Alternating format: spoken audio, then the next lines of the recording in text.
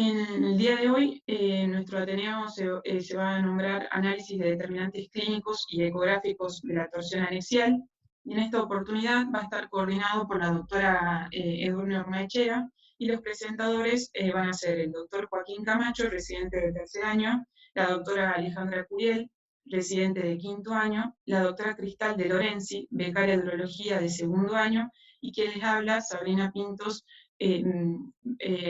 residente de segundo año del Hospital Italiano. Para iniciar, decidimos presentarles un caso clínico. En esta oportunidad se trata de una paciente de 8 años de edad que no tenía ningún antecedente previo de relevancia antes de la consulta y que ingresa por guardia con un cuadro de dolor abdominal, sobre todo en fosa ilíaca derecha e hipogastrio, asociado a náuseas. En el examen físico, la paciente tenía un abdomen blando, levemente doloroso en las zonas donde les mencioné, pero no defendía ni tenía reacción peritoneal, aunque sí por algunos momentos se mostraba irritable sin encontrar una posición que le calmara el dolor o descansara del mismo. No había presentado ninguna otra sintomatología al momento del ingreso por guardia. En este contexto, y teniendo en cuenta que había bastantes diagnósticos diferenciales, se realiza por guardia un laboratorio que no muestra ninguna alteración, bastante ordenado, y también se decide realizar un sedimento urinario que también fue negativo. Además, se pide una radiografía de abdomen, que es la que podemos ver en la placa, en donde se observa solamente abundante contenido propio en la luz intestinal. Además, se pide una ecografía que tampoco arroja datos positivos, aunque sí cabe mencionar que durante la exploración la paciente tenía algo de dolor en fosa ilíaca derecha, pero no se encuentra ningún hallazgo de importancia. Entonces, en este contexto, se lleva a la paciente a la guardia nuevamente y se la mantiene en observación durante un tiempo, en el cual muestra una franca mejoría del dolor, y teniendo en cuenta esta mejoría, la evolución que había tenido durante el día y los resultados de los exámenes complementarios, se decide otorgarle el alta con pautas de alarma. En el momento del alta, la paciente se encontraba en buen estado general y ya no tenía dolor. 24 horas más tarde, vuelve a consultar por guardia, y en esta oportunidad lo hace por un dolor abdominal, pero en este momento intenso, asociado a vómitos y además a palidez cutánea, que le refería sobre todo en el momento en el que el dolor se acentuaba. En este contexto se decide reestudiar a la paciente y se pide nuevamente un laboratorio que no tenía ningún hallazgo de mención, había modificado algo en los glóbulos blancos, pero no parecían ser demasiado importantes, y también se repite una ecografía, que en esta oportunidad sí muestra hallazgos positivos. Lo que nos evidencia es que el ovario derecho tenía un aumento de su tamaño, contenido heterogéneo en el interior, y además había cambiado algo su localización, proyectándose más hacia el fondo del saco de Douglas, donde también encontramos algo de líquido libre. El ovario izquierdo también se explora y no se encuentra ninguna alteración en él. Entonces, en este contexto, y teniendo en cuenta que se podía tratar de una torsión ovárica por la clínica de la paciente, torsión anexial, perdón, se decide realizar la cirugía. Se ingresa por vía laparoscópica y se evidencia el ovario y su trompa homolateral, como se ve en la imagen, aumentados de tamaño, torsionados y con necrosis en las fimbrias de la trompa. Se logra detorsionar el ovario, pero no se observa una recuperación de la vitalidad del mismo y tampoco de la trompa, por lo que se decide realizar una salpingoforectomía derecha.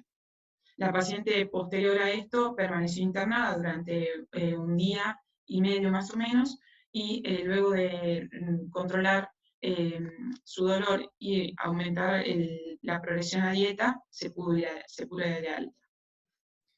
Bien, con respecto a los artículos complementarios, vamos a comentar primero un artículo que se publicó en el 2018 en el Journal of Pediatric Surgery, que habla de torsión anexial en pediatría y adolescentes. Es una revisión sistemática, y lo que intenta hacer este artículo es examinar la evidencia de la literatura y proporcionar recomendaciones sobre el tratamiento óptimo en la torsión anexial. Para comenzar, digamos, a situarnos en la patología, define que el tratamiento actual de la torsión anexial es o la de torsión anexial con o sin oforectomía y la anexoforectomía. Y también menciona que hay una variación en la práctica entre cirujanos pediátricos y ginecólogos pediátricos, con mayor porcentaje, digamos, de cirujanos que resecan el ovario con respecto a los ginecólogos que tienden a tener una conducta más conservadora frente a los casos de torsión anexial. Da un ejemplo de una serie institucional única de 34 pacientes, donde menciona que en esa serie el 6% de las detorsiones anexiales fueron realizadas por un cirujano, mientras que el 94% de esas detorsiones fueron realizadas por los ginecólogos pediátricos. Con respecto a los materiales y métodos, se utilizaron las guías Prisma para realizar una revisión sistemática, como ya lo mencionamos, y se realizaron 4 preguntas que pueden ver en el recuadro abajo, que vamos a ir desglosando ahora a medida que pasen las diapositivas. Y se utilizaron los términos MESH de torsión ovárica, preservación ovárica y fertilidad, con fechas de publicación hasta el 2015. Recordemos que este artículo se publicó en el 2018. Y se obtuvieron 96 estudios elegibles de 463 totales. Bien, comenzando por la primera pregunta, que fue cuáles son los riesgos de la detorsión anexial y si existe un riesgo de embolia pulmonar. En el artículo se describen 2 casos de tromboembolismo pulmonar, de 600 en el artículo publicado por McGovern, de 672 pacientes post una oforectomía en torsión anexial, y no se ha informado a la fecha, digamos, de la publicación del artículo, un evento tromboembólico asociado con la detorsión ovárica por sí sola. O digamos, únicamente se vio en 2 casos en los que se realizó la oforectomía y no la detorsión. Entonces, como recomendación, el artículo postula que el tromboembolismo pulmonar es un riesgo teórico que no debe influir en la toma de decisiones operativas. A su vez, menciona, digamos, frente a la pregunta de cuál es el riesgo del desarrollo de una patología maligna post-detorsión, menciona que la incidencia de malignidad en la torsión anexial en adultos es del 2%, y que la incidencia real de la malignidad en la población pediátrica no está clara. Para esto se revisaron 10 artículos que examinaban esta pregunta, y se detectaron neoplasias en aproximadamente 0,4 al 5% de los ovarios resecados. También menciona que existía mayor probabilidad de malignidad si la masa al momento de la presentación era mayor a 8 centímetros. Por esto, digamos,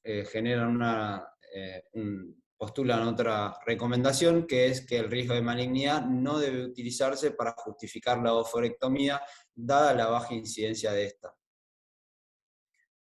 Continuando con la segunda pregunta,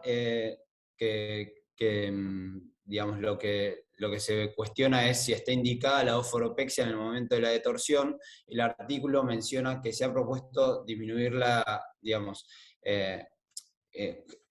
al día de la fecha se ha propuesto disminuir la recurrencia mediante 2 métodos: la aplicatura de los ligamentos anexiales, o la fijación de los anexos a la pared lateral pélvica con una sutura irreabsorbible.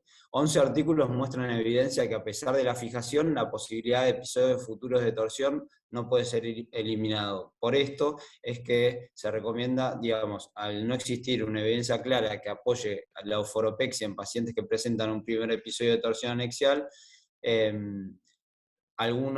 bien algunos informes preliminares indican que puede ser beneficioso, digamos, es una recomendación de grado D, con un nivel de evidencia 4.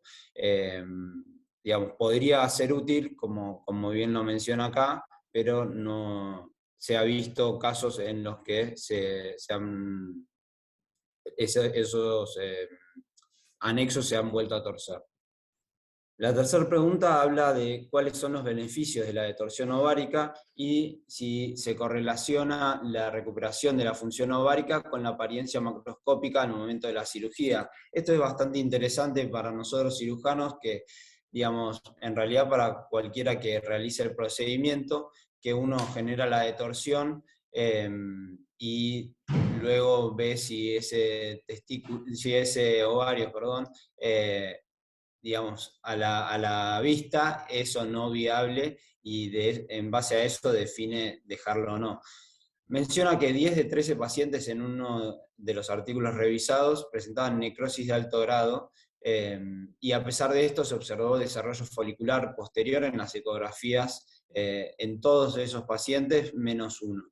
Para esto, bueno, uno de los artículos que menciona usa esta clasificación de necrosis subjetiva propuesta por Parlecar, donde, digamos, como pueden ver, la divide de grado 1 a grado 4, con respecto, digamos, clasificándolo con respecto al tamaño y a la coloración y cómo responde el ovario luego de la detorsión.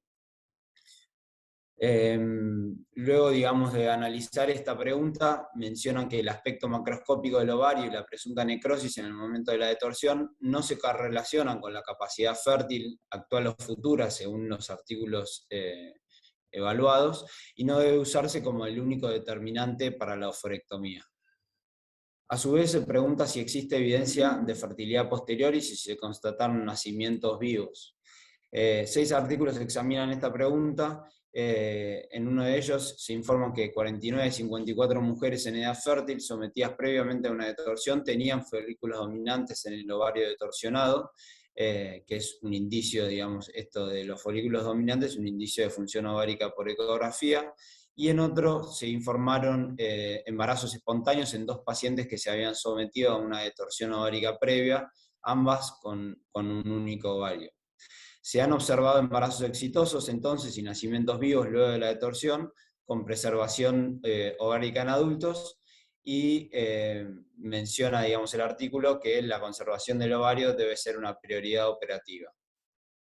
Ya llegando a la última pregunta, el artículo se pregunta cuál es el estudio diagnóstico recomendado para el control post-detorsión axial y cada cuánto tiempo. Y para esto menciona que varios estudios proponen el control con ecografía entre 1 a 8 semanas luego del evento de la torsión primaria, particularmente si existía una preocupación de que haya una neoplasia. Y también mencionan que el flujo sanguíneo normal por ecografía puede tardar de 2 a 6 meses en desarrollarse después de la detorsión. Entonces la mayoría de las series han mostrado, menciona que la mayoría de las series han mostrado un desarrollo folicular mediante ecografía a los 3 meses de la detorsión, por ende proponen una ecografía llegado a los 3 meses. Entonces se sugiere realizar un control ecográfico luego de 3 meses del evento, antes solo si existe sospecha de neoplasia. Bueno, como conclusión, creo que, digamos, se puede ya ver en todas las preguntas, digamos, en las recomendaciones dadas en cada pregunta, pero el artículo sostiene que la detorsión y la preservación ovárica debe ser el procedimiento de elección en pacientes pediátricas con una torsión anexial. Este es otro artículo que lo vamos a compartir, digamos, a comentar brevemente, que se publicó en el Radiographics en el 2017. Es una revisión de la presentación clínica y los hallazgos de imagen de torsiones ováricas en las diferentes etapas pediátricas, desde el periodo fetal hasta la adolescencia. Menciona que la prevalencia de una condición patológica anexial subyacente en las torsiones fue del 50 al 84%, que las lesiones anexiales más frecuentes fueron los teratomas quísticos maduros y los quistes foliculares, y que la malignidad en una masa anexial torcida es extremadamente raro. Y a su vez, como todos sabemos, que puede ocurrir torsión en anexos normales, más frecuente en la población pediátrica, y esto es debido a la movilidad y la tortuosidad de los anexos, debido al descenso incompleto de los ovarios, que se suele completar en la pubertad temprana. Algunos datos interesantes de este artículo con respecto a la ecografía y algunos puntos de enseñanza que nos da el artículo es que el hallazgo más común por ecografía es un ovario agrandado, que puede parecer sólido con torsión temprana o heterogéneo sin necrosis, que es importantísimo comparar el tamaño de ambos ovarios para definir, digamos, patología y ver si existe diferencias. Que un signo ecográfico patognomónico es la presencia de múltiples folículos en la periferia de un ovario, como puede verse en las imágenes, y el ovario estar edematoso y agrandado unilateralmente. También postula que el Doppler color no es confiable para confirmar o excluir la torsión axial, debido a la doble irrigación que conocemos del anexo, del ovario, y a veces puede verse el signo de twisting, que es el pedículo vascular en espiral, y a su vez menciona en pacientes más, digamos, de menor edad, que el nivel líquido y de detritos en un quiste ovárico es patognomónico de una torsión anexial en los recién nacidos. Hola, buen día, ¿me escuchan? Sí, sí. Bueno, continuando con el artículo principal. Continuando con el artículo principal, este se titula Análisis de determinantes clínicos y ecográficos de la torsión anexial en pacientes pediátricos y adolescentes. Es un artículo publicado en el Journal of Pediatric and Adolescent Gynecology en octubre del 2017 en 2 centros de París. Hablan sobre la torsión anexial como una patología rara en la edad pediátrica que se presenta con síntomas inespecíficos y que además el tratamiento suele ser poco conservador. En cuanto al diagnóstico de esta patología, refieren que la ecografía juega un rol crucial, ya que muestra signos claves para diagnosticar dicha torsión. Lo que presenta es un aumento del tamaño del ovario con o sin contenido heterogéneo en la muestra ecográfica, puede tener un flujo anormal en el Doppler color, pueden haber folículos desplazados periféricamente, puede haber o no presencia de masa anexial que pueda desencadenar una torsión, y se puede también ver el signo del remolino. Estos hallazgos, según lo que revela en la introducción del estudio, fueron descritos principalmente en pacientes adultos por medio de un abordaje transvaginal. Sin embargo, ya que esto, si quieres pasar a la siguiente, ya que estos estudios fueron dados en adultos, los métodos de medición que utilizan ellos al momento de realizar dicha ecografía, que son el eje, la superficie, el volumen y la relación ovárica, no son tan predictivos en edad adulta como si muestran un valor predictivo mejor en la edad pediátrica. Entonces, nos muestran como objetivo de este estudio evaluar de manera retrospectiva el rendimiento de la ecografía transabdominal para el diagnóstico de la torsión anexial en pacientes pediátricos y asimismo evaluar sus determinantes tanto clínicos como ecográficos. Como materiales y métodos, este es un estudio retrospectivo que va desde el 2004 al 2014, que lo que hizo fue una revisión de historias clínicas de pacientes entre los 3 meses y 18 años que se realizaron alguna exploración quirúrgica o seguimiento clínico y radiológico durante al menos 3 meses.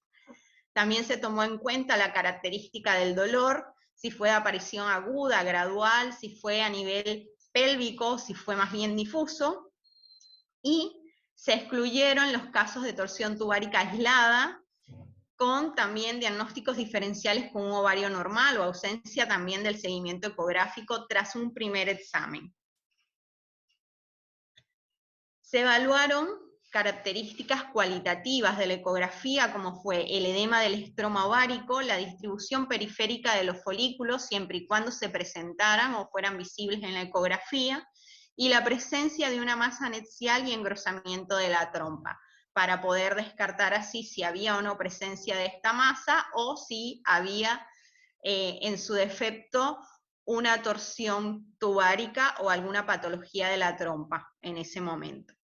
Otros signos que se incluyeron en el estudio fueron la ubicación ectópica del ovario, si había o no líquido a nivel de la pelvis, si había o no adenomegalias, y la presencia del signo de remolino.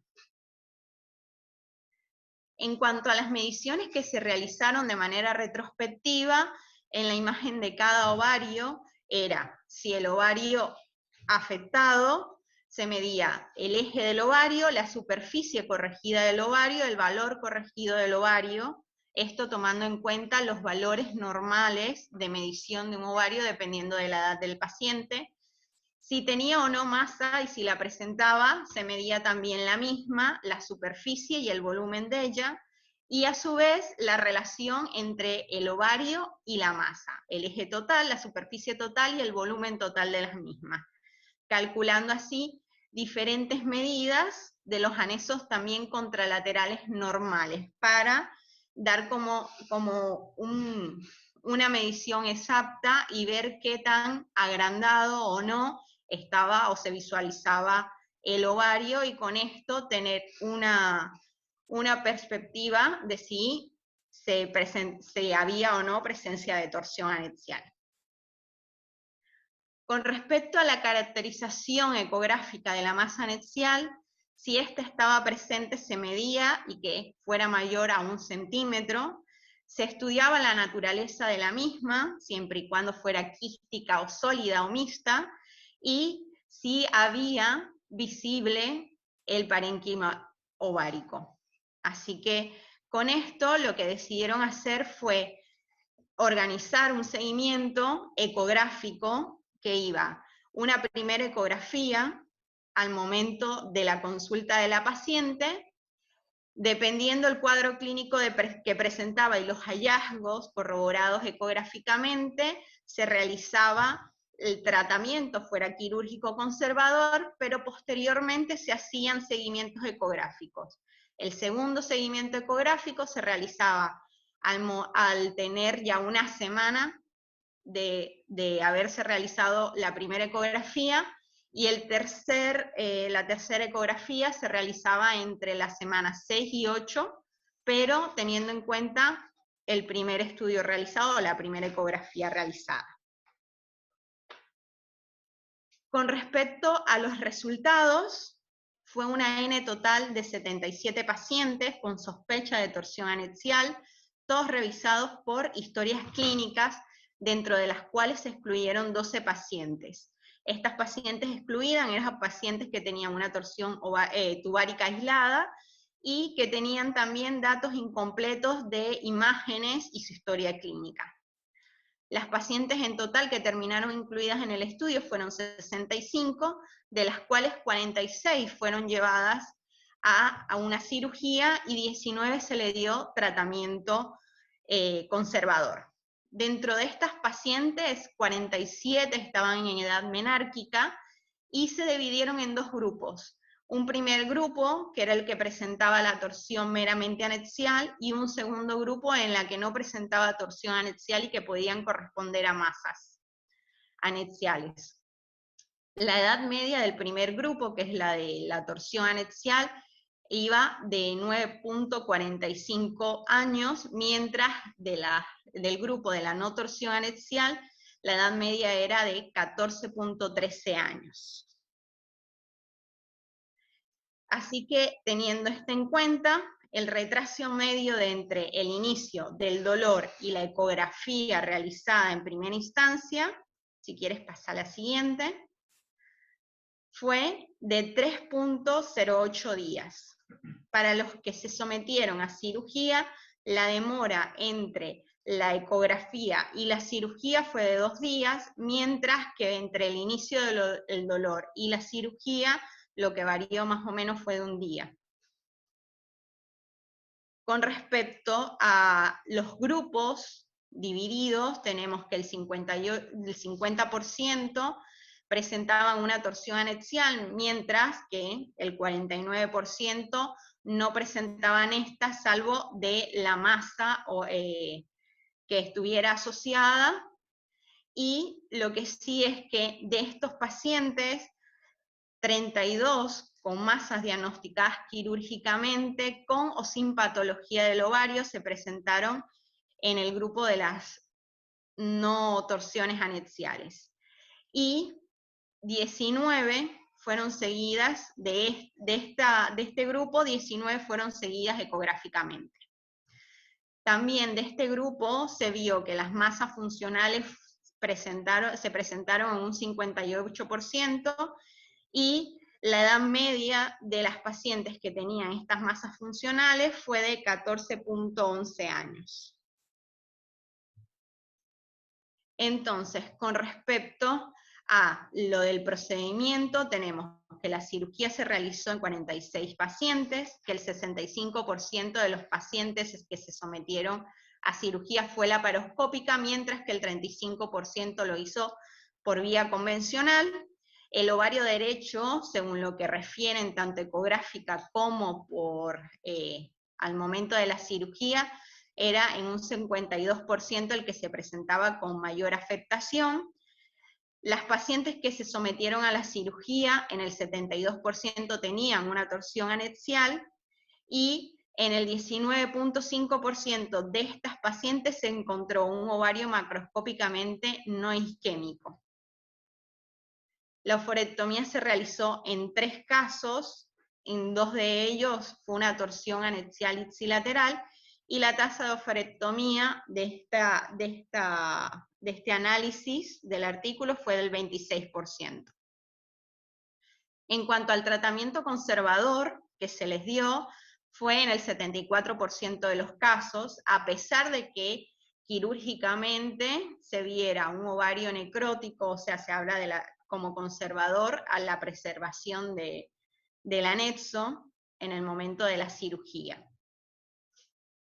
19 pacientes se sometieron a la monitorización ecográfica entre los 7 días y los 3 meses, dando una media de 38.7 días después del análisis ecográfico inicial, y cuando se realizó la quistectomía se realizó también en 3 pacientes que presentaron quistes hemorrágicos no torcidos a pesar de un diagnóstico correcto mediante ecografía. Esto quiere decir que en las pacientes, estas 3 pacientes presentaron los quistes hemorrágicos, se dio la torsión, la detorsionaron, pero solamente se realizó la recesión del quiste. En el artículo lo que sí comentan es que con la ecografía pudieron darse cuenta que tiene una precisión general para diagnosticar la torsión anexial en un 80% de los casos, con un índice de confianza del 95%, al igual que la sensibilidad, que fue de un 90.9%, reveló con precisión la torsión anexial en 30 de 33 pacientes y descartó correctamente una torsión anexial en 22 de 32 pacientes. Con respecto a los predictores clínicos de la torsión anexial, se dieron cuenta que casi el 64% de los pacientes con torsión anexial se asociaron náuseas y o vómitos, y solo en el 64% de los casos de estas pacientes con torsión anexial mostraron un inicio de dolor agudo. Se asociaron otros síntomas como fiebre o un síndrome inflamatorio, también con antecedentes ginecológicos y con dolor pélvico que no tenían correlación o correlato con dicha patología. Dentro del seguimiento de las pacientes tratadas, en 33 casos de estos 33 casos, 19 fueron seguidos mediante ecografía después de la cirugía, y después del tratamiento conservador, el 79% de los ovarios se recuperaron, tanto en apariencia normal, y logró en el 21% de los casos involucionar la masa anexial con la que se encontraba en ese momento. El 50% de los ovarios necróticos vistos quirúrgicamente recibieron tratamiento conservador, logrando recuperar también un aspecto normal y mostrando una involución y buen funcionamiento del mismo durante el estudio. Bueno, entonces con respecto a la discusión, ellos con este artículo demuestran que el diagnóstico de la torsión de ovario con ecografía tiene una alta sensibilidad, pero tiene muy baja especificidad. Tiene un gran error diagnóstico frente a quistes hemorrágicos o grandes masas que pueden tener la torsión o no, y ya que estas grandes masas no permiten visualizar el parénquima ovárico y los quistes hemorrágicos es un patrón de confusión. El tiempo desde el inicio del dolor y hasta que sea la isquemia irreversible es difícil de predecir. Hay un estudio experimental en ratas que informan que se vio en mayor a 36 horas, pero lo que ellos informan es que va a depender mucho del tiempo de duración, el número de torsión y la extensión de esta torsión.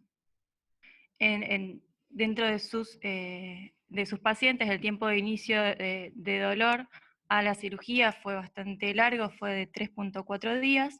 El tiempo de inicio de dolor y la ecografía fue de 2, que no lo pueden explicar esta demora quirúrgica por un diagnóstico diferencial de malignidad, ya que en estas pacientes que tenían diagnóstico diferencial de una tumoración de malignidad, el tiempo promedio de cirugía fue menor, pero no estadísticamente significativo.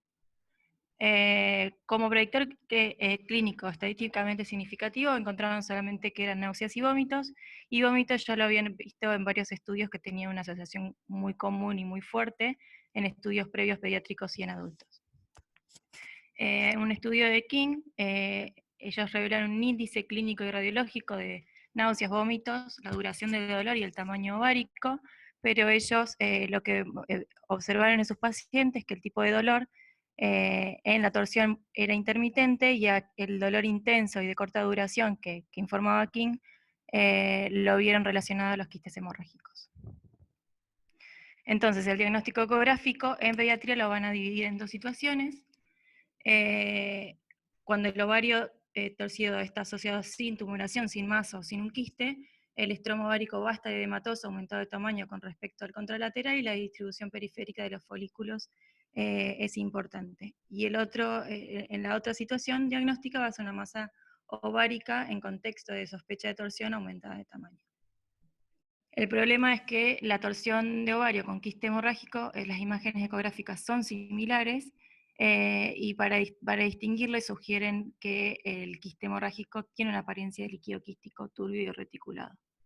Las dos hipótesis que ellos plantean, que explican la alta tasa de falsos positivos y la baja especificidad, es que ellos no encontraron en ninguno de los pacientes el anillo periférico hipervascular, que sugieren en adulto y es un signo muy específico de la ecografía transvaginal, y que la distribución periférica de los folículos y el estromo ovario periférico es muy difícil de evaluar con ecografía transabdominal y es muy subjetivo. La tumoración en el ovario, ellos lo encontraron en 39% de sus pacientes, una asociación significativa con una P menor a 0,001, y también encontraron que hay una dificultad de diferenciar entre el aumento del tamaño debido a una masa versus el edema del parénquima. Ellos hablan también que una masa mayor a 5 centímetros también es índice, en un paciente mayor de 1 año ya es indicativo de torsión. Ellos aseguran que es el primer estudio pediátrico que tiene un rendimiento de la ecografía que demuestran cuál es el rendimiento de la ecografía para el diagnóstico de la torsión de ovario, y hablan también de la distinción del parénquima ovárico y la masa ovárica, no solamente del tamaño. La tasa de oferectomía de ellos fue del 26%, que fue baja en su estudio con respecto a la bibliografía, que hablan entre 27 y 38%, y el tratamiento conservador fue aumentando en su centro del 28 al 45% desde 1990 hasta el 2010. Y varios estudios ya muestran que la conservación ovárica como habíamos hablado ya previamente en los trabajos, es buena. Con respecto a las limitaciones del trabajo, es un trabajo retrospectivo. Ellos no incluyeron en ningún caso con dolor pélvico que en la ecografía tenga un ovario de apariencia normal, entonces pueden haber subestimado el número de casos de falsos negativos. También hablan que el signo ecográfico de torsión más específico es el signo de remolino que ya había nombrado Ale, con el diagnóstico correcto prequirúrgico que lo aumenta del 52% al 90%, y no evaluaron la medición de error entre observadores en la ecografía.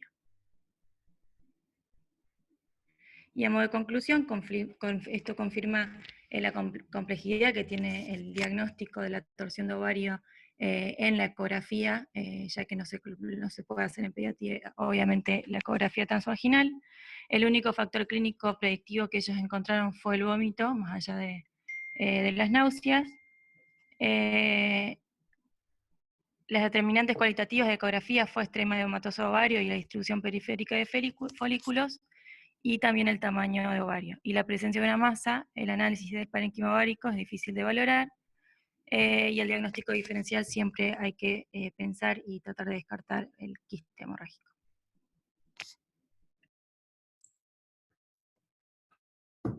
Bueno, previo a la revisión de casos del hospital, de nuestro servicio, comentamos rápidamente el checklist. Este checklist lo hacemos en todos los artículos referidos a este bibliográfico. Con respecto a este, muestra que es un tema acorde al estudio, que está validado en una plataforma y que nos permite conocer sobre métodos diagnósticos, clínica, curso y pronóstico de una patología y las diferentes opciones terapéuticas de la misma, con resultados que fueron significativos. Muchas gracias, Ale.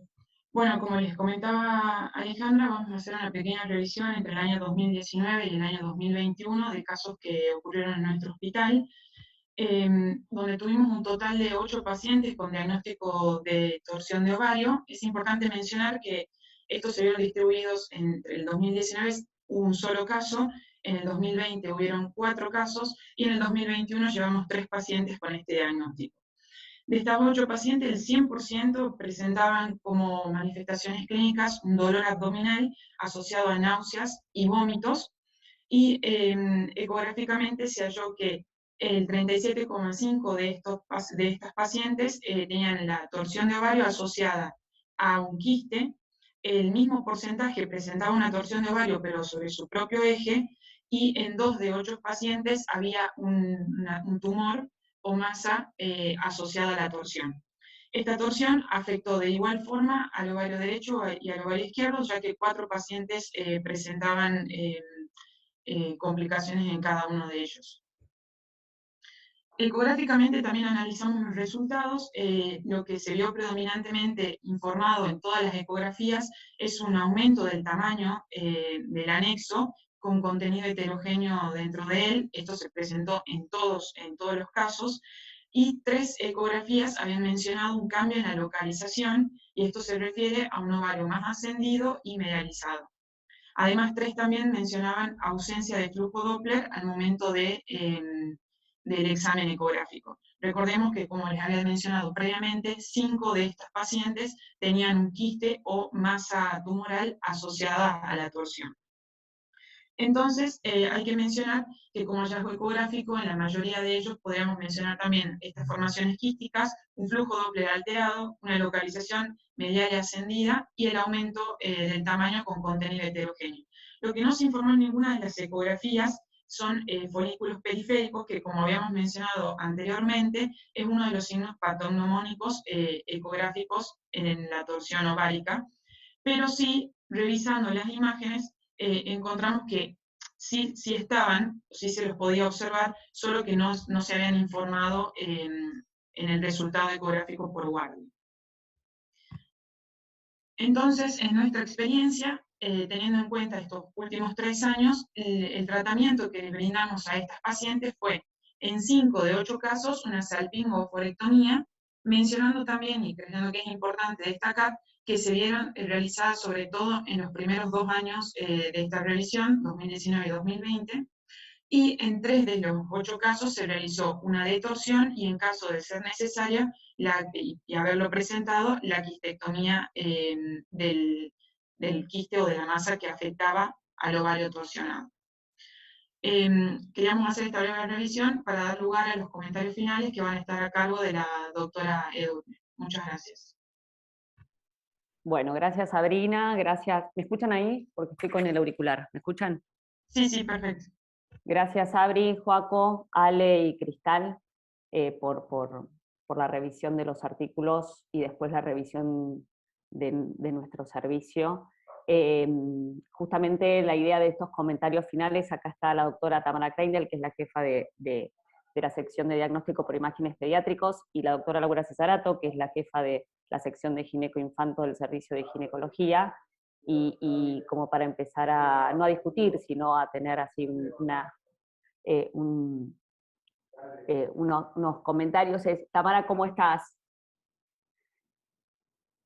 Mi primer pregunta es si coincidís con el artículo sobre los diferentes diagnósticos ecográficos en cuanto al diagnóstico presuntivo de una torsión ovárica, y cuál es la importancia o no del ecodoppler en una torsión, ya que nosotros extrapolamos siempre como una torsión testicular al ecodoppler, si en la torsión ovárica también es extrapolable o no. Bueno,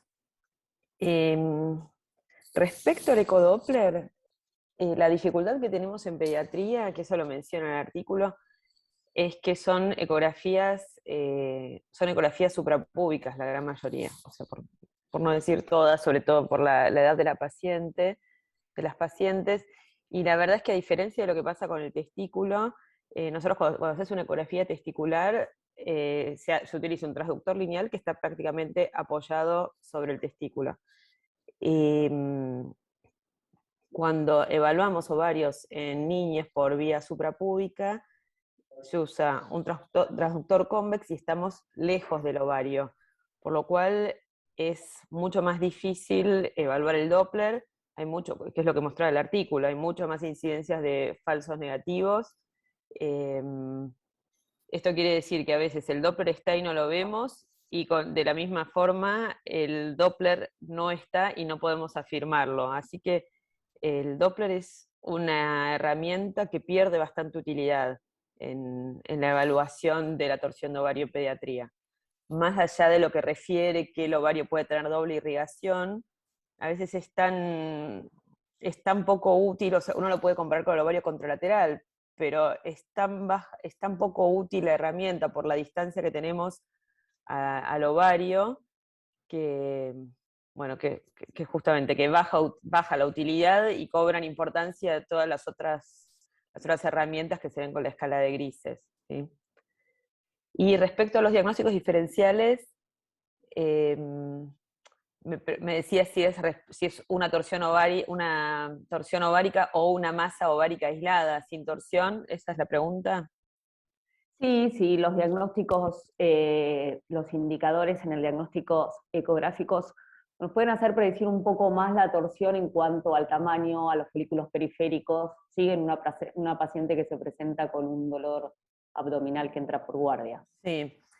A ver, yo tengo algo que como que es mi experiencia. A mí me pasa que yo en general lo que veo es el aumento del tamaño del ovario y la distribución periférica de los folículos, y eso lo vi siempre. Así que bueno, me llama un poco la atención lo que comentan de la revisión que se hizo. Sí, es verdad, y es lógico lo que comenta el artículo, que cuando hay una masa ocupante es más difícil analizar la estructura ovárica, que eso lo diferencian bastante bien, y está buena esa distinción. Sí, si es una masa ocupante, a veces la persona que lo examina no llega a ver qué pasa con el ovario, y si este ovario tiene una distribución periférica de los folículos, y si está edematoso o no. Entonces es como lógico que puede aumentar la dificultad, y que fue en estos casos donde se vio que había más diagnósticos erróneos. Sí, tal cual. Eso, sí. Y después también lo que comenta es que hubo más errores y, digamos, falsos positivos cuando diagnosticaron que eran quistes hemorrágicos y que fueron diagnosticados como torsión. Eso es más extraño, a mí me resulta más extraño, pero bueno. Y te quiero hacer una consulta porque en Estados Unidos, en pacientes posmenárquicas o más adolescentes que no necesitan entrar a un resonador con anestesia, en muchos casos utilizan hasta el resonador como si fuera un stroke, ¿no? O sea, no hacen ecografías y directamente, previo a decidir una conducta quirúrgica pensando el diagnóstico presuntivo de torsión, le hacen una resonancia.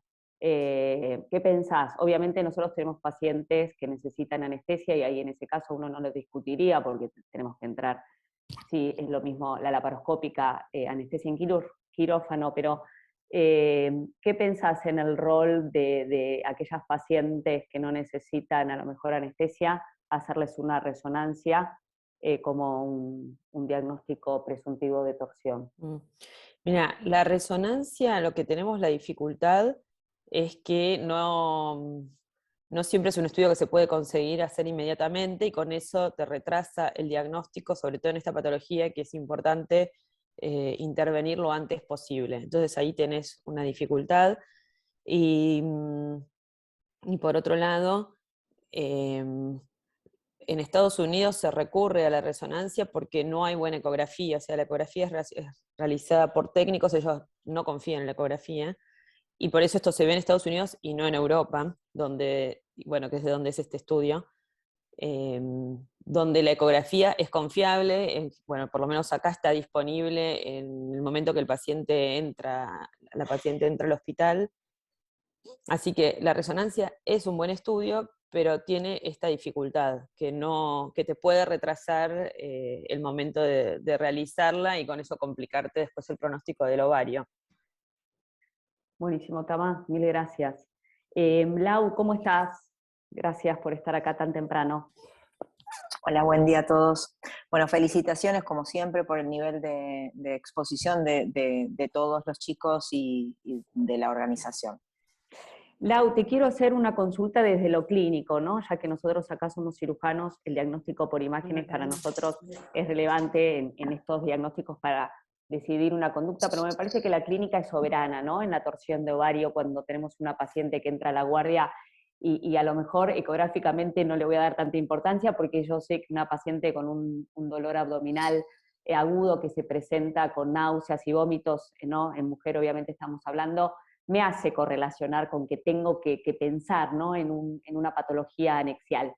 Lo que me llamó la atención, y en más de un artículo, y creo que a nosotros también nos ha pasado, es esta correlación de días, ¿no? Que una paciente entra a guardia con un dolor abdominal o va a un consultorio y a lo mejor se tarda 2 o 3 días en el diagnóstico y que se lleva a quirófano. ¿Ustedes también ven esto? ¿Vieron esto en adultos a veces? Porque a nosotros nos está pasando que la paciente viene a la guardia, le damos pautas de alarma y viene al otro día o al otro día con náuseas y vómitos, y es ahí donde uno hace hincapié y empieza a pensar, ¿no? que estamos ante una patología anexial. Yo creo que si bien es una patología en la cual uno piensa habitualmente, no sé, se me ocurre que en adultos pasa exactamente lo mismo. No tengo el dato exacto y sería muy bueno por ahí hacer una comparación de los mismos números que tienen ustedes, 19, 20 y 21, en niños, y hablar por ahí con Sadi, con Santiaguito Gil y con Mariano Usal, que son los que hacen las cirugías, cuál es el número y ver si se correlaciona también con lo que tienen ustedes. Pero sí hay en general una demora porque es como que los diagnósticos, es como que surge, es un diagnóstico que surge por descarte después, cuando ya se barajaron otras posibilidades. Pero me da la sensación, Edu, no tengo el dato exacto para confirmártelo, pero me da la sensación de que la demora es exactamente igual que por lo menos en los últimos casos que he escuchado, como que la demora es exactamente igual. Hay por lo menos un par de días de demora. Habría que chequear los datos. A nosotros nos pasó en este último tiempo, y creo que es lo que está escrito, las distorsiones. Estamos justamente en los últimos pacientes que hemos hecho distorsiones y por eso hicimos esta búsqueda, y tanto el artículo principal como el artículo complementario hablan hoy por hoy del tratamiento de la detorsión y las evaluaciones posteriores, tanto ecográficas. A nivel de la función hormonal, porque se ve que en la preservación, el tratamiento conservador, sí, prácticamente es la misma después en la preservación de la fertilidad. Eso se correlaciona también con el desarrollo hormonal funcional de ese ovario. Tenemos otra manera de seguimiento, nosotros que operamos a estas pacientes, somos cirujanos infantiles y lo detorsionamos, y además del seguimiento ecográfico. ¿Crees que le tenemos que pedir a lo mejor algún laboratorio hormonal o algo más en el seguimiento? Mira, no me parece. Yo creo que eso solamente se va a ver a largo plazo, que puede ser que esta paciente haga una insuficiencia ovárica antes de lo que se hubiera esperado para su edad y para su historia. Nosotros sabemos, ustedes saben más que yo, que cuando uno deja un casquete ovárico, ese casquete, ese poquito de ovario sigue trabajando. Lo que no podemos medir es la funcionalidad, sí a corto plazo, no a largo plazo, no hay forma de saberlo, salvo que hagamos un seguimiento de estas pacientes, cosa que es bastante complejo, ¿no? Sí, la verdad, perdonen, la verdad, nosotros no llegamos, ¿no? Obviamente, a correlacionar la preservación de la fertilidad, porque no la seguimos hasta a esa edad, pero bueno, en las publicaciones está determinado y está escrito que a la larga tienen buena función, y me parece fundamental, ¿no? Este tratamiento conservador, y cuando hablamos de conservador hablamos de preservar, obviamente, o el ovario o el parénquima ovárico, justamente tanto para la preservación de fertilidad, que hoy está tan de moda, como para el no llegar a esa insuficiencia ovárica precoz que uno tanto le teme.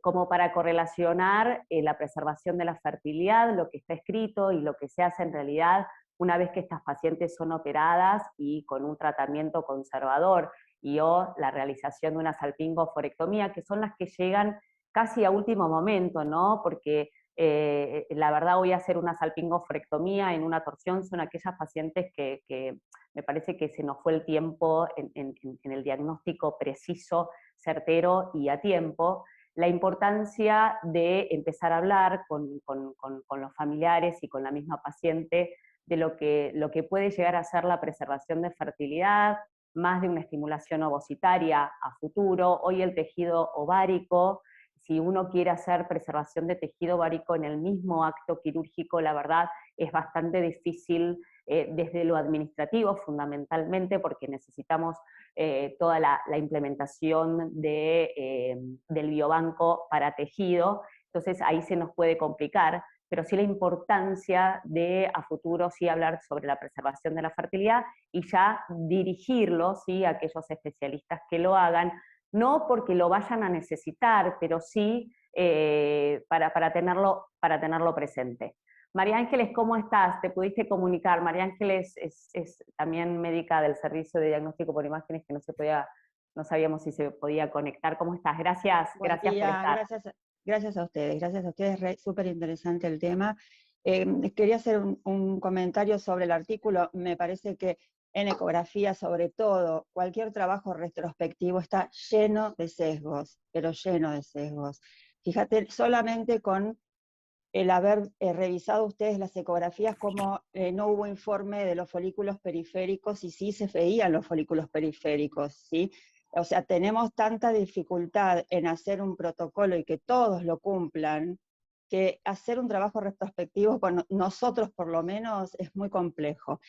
Incluso no está, hasta a veces por las guías, no está establecido que informemos la localización de los ovarios cuando es tan importante. Vos fíjate que es muy difícil que alguien te diga el ovario está normolocalizado, o está retrouterino, o está sobre el útero, salvo que le llame demasiado la atención, y eso ya es un sesgo muy grande para nosotros poder evaluar retrospectivamente estas pacientes. Eso por un lado, y por otro lado me parece que un 10% de pacientes perdidos en 60 es un montonazo, porque probablemente son todas pacientes que fueron falsos positivos, que no volvieron, que anduvieron bien y no volvieron, o bueno, puede ser que haya sido que se necrosó el ovario y perdió el síntoma, pero lo más probable es que son pacientes que se hayan perdido y que en realidad tenían un folículo hemorrágico, entonces no tenemos probablemente menor especificidad todavía que la que está anunciando el artículo. Con respecto a la correlación con las imágenes, la experiencia en los adultos, la correlación con la patología que se encuentra en los ovarios, con respecto a, yo hago adultos, no, muy poco pediátricos, muy raro que yo vea un paciente pediátrico, pero creo que se puede llevar también a lo pediátrico esto, es que la presencia de un folículo hemorrágico a veces es muy difícil de distinguir la sangre dentro de un folículo hemorrágico es muy parecida a veces al edema propio del ovario. Un ovario edematizado y sin Doppler, y más si no tenemos un transvaginal para verlo con más nitidez, es muy difícil a veces de distinguir de un folículo con sangre que es un bajo nivel de ecos, pero no nos queda claro si es sólido con poco nivel de ecos, como lo es el edema del ovario, o es líquido con ecos y no le vemos flujo porque es líquido. Me explico lo que quiero decir. Nos pasa en el adulto a veces que el folículo hemorrágico tiene unos ecos tan especiales y reticulados que parece hasta el edema mismo del ovario. Y nos ha pasado, y el último caso que tuvimos, que fue el miércoles pasado, que yo lo llegué a ver antes de irme, en el adulto, fue una paciente que sospecha de torsión ovárica, con vómitos, con náuseas, una paciente joven, adulta, pero joven, y que tenía un coágulo que hacía pensar en que podía ser el ovario edematizado. Y si bien a mí me parecía que era un coágulo, y le dije a la residente, explicarles que parece un coágulo y no parece, pero que no podemos descartar la torsión, porque aparte era el dolor que tenía la paciente era terrible, iba a ir al quirófano de todas maneras, no podemos descartar la torsión, pero parece un coágulo. Ahora, si eso es parénquima edematizado y sin flujo, 100% no te lo puedo descartar. Entonces esa es la dificultad que tenemos cuando hay un folículo hemorrágico, por eso también, que es los casos en que más error diagnóstico tenemos, ¿no? La presencia del folículo hemorrágico en el ovario. Sí, nosotros hemos tenido también justamente lo que vos decís, diagnósticos, sí, de torsión ovárica por la clínica, y la ecografía nos demostraba una torsión de ovario, pero en la laparoscópica hemos encontrado quiste hemorrágico. Claro. Eso lo hemos visto, porque el dolor del quiste hemorrágico, y más cuando duele, es el típico dolor de irritación peritoneal, Exacto, que a la larga te produce vómitos y náuseas. Pero bueno, creo que desde el punto de vista del tratamiento quirúrgico se merece la laparoscópica. Sí, acá somos, claro que sí. Parece que Esta se lo paciente merece.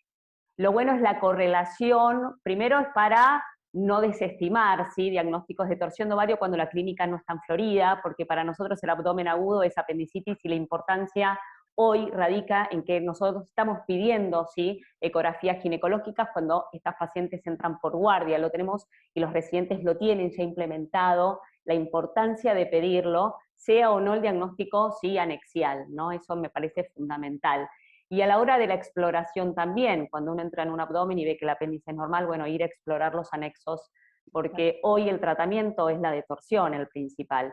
Si tenemos alguna masa o algún quiste, como nos pasa a nosotros, hemos resecado, hemos tratado el factor fundamental que es la torsión, porque si uno busca en la bibliografía, la gran mayoría de las torsiones son justamente o por una masa, o por un quiste funcional, o hemorrágico, o lúteo, y no tanto por la laxitud, ¿sí?, de los ligamentos, y eso es importante después para hablar si hay que pexiar o no, porque uno los puede pexiar y se pueden volver a producir, o esas masas o esos quistes, y es muy difícil, ¿sí?, ir a buscarlos después. Entonces, hoy la verdad, la pexia no es que esté contraindicada, al contrario, pero cuanto menos se haga mejor, porque es muy difícil después el seguimiento, porque en todos los artículos están publicados la oforopexia con torsiones también posteriores, cuando el diagnóstico fundamental a lo mejor fue un quiste funcional, y el tratamiento, creo, ¿no, Laura?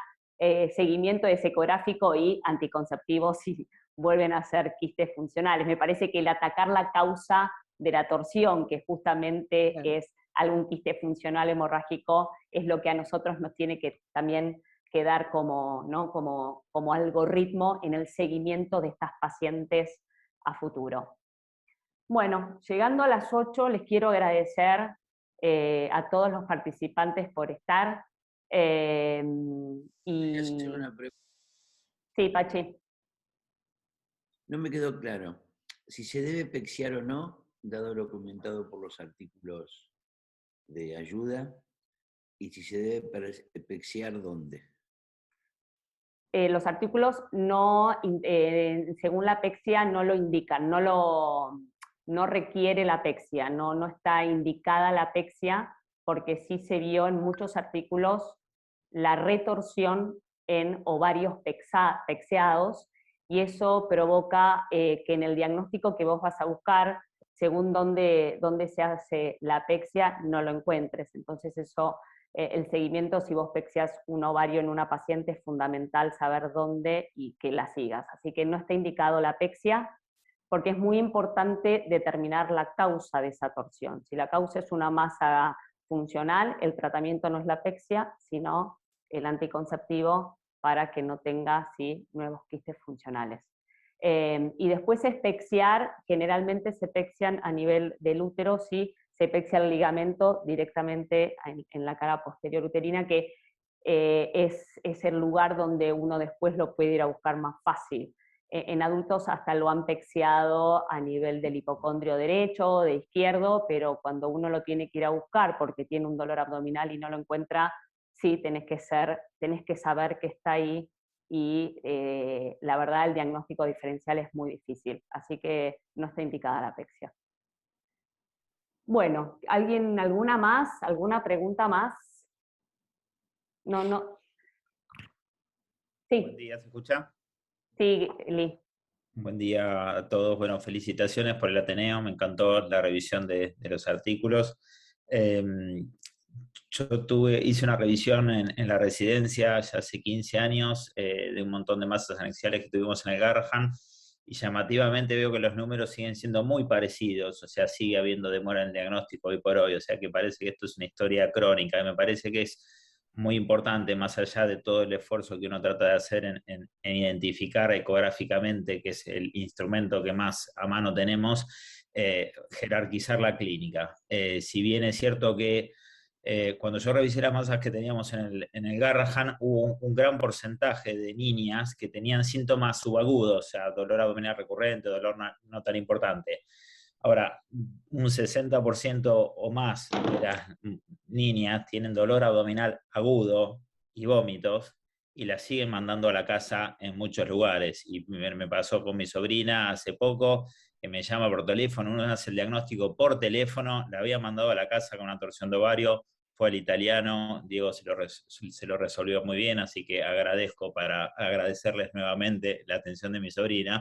Pero este lunes me volvió a pasar en la guardia con un colega que, como consultaron a ginecología, una chica de 15 años, partida de dolor con vómitos, un quiste diagnosticado como hemorrágico, aumentado tamaño, porque le veían flujo, no lo operaron, y se termina operando al día siguiente cuando aparece líquido libre. Y clínicamente la torsión la tenía desde el momento que pisó la guardia. Entonces, más allá de todo el esfuerzo que uno puede hacer en sacarle el jugo a la ecografía, me parece que hay que seguir jerarquizando la clínica, y sobre todo en los pediatras, porque por ahí no es siempre el cirujano que lo recibe, insistir en el diagnóstico. A nadie se le ocurre mandar un chico con un dolor abdominal agudo, un dolor escrotal agudo y vómitos a la casa, y a las mujeres muchas veces las seguimos mandando, y eso no puede pasar. Gracias, Lisandro. Muchas gracias por los comentarios. Gracias, Pachi, por tu pregunta. Y bueno, ahora sí tenemos que dar por finalizado, siendo las 8:04 ya. Nos encontraremos el miércoles en nuestro Ateneo, y si no el viernes que viene en nuestro próximo bibliográfico. Muchas gracias por participar y gracias. Gracias por la invitación, muy bueno, ¿eh? Gracias, Edurne. Hasta luego. Chao, María Ángeles, chau, Tama, chau, Lau. Chau, Tamara. Chau, que Chao. tengan buen fin de semana. Gracias, igualmente. Chau.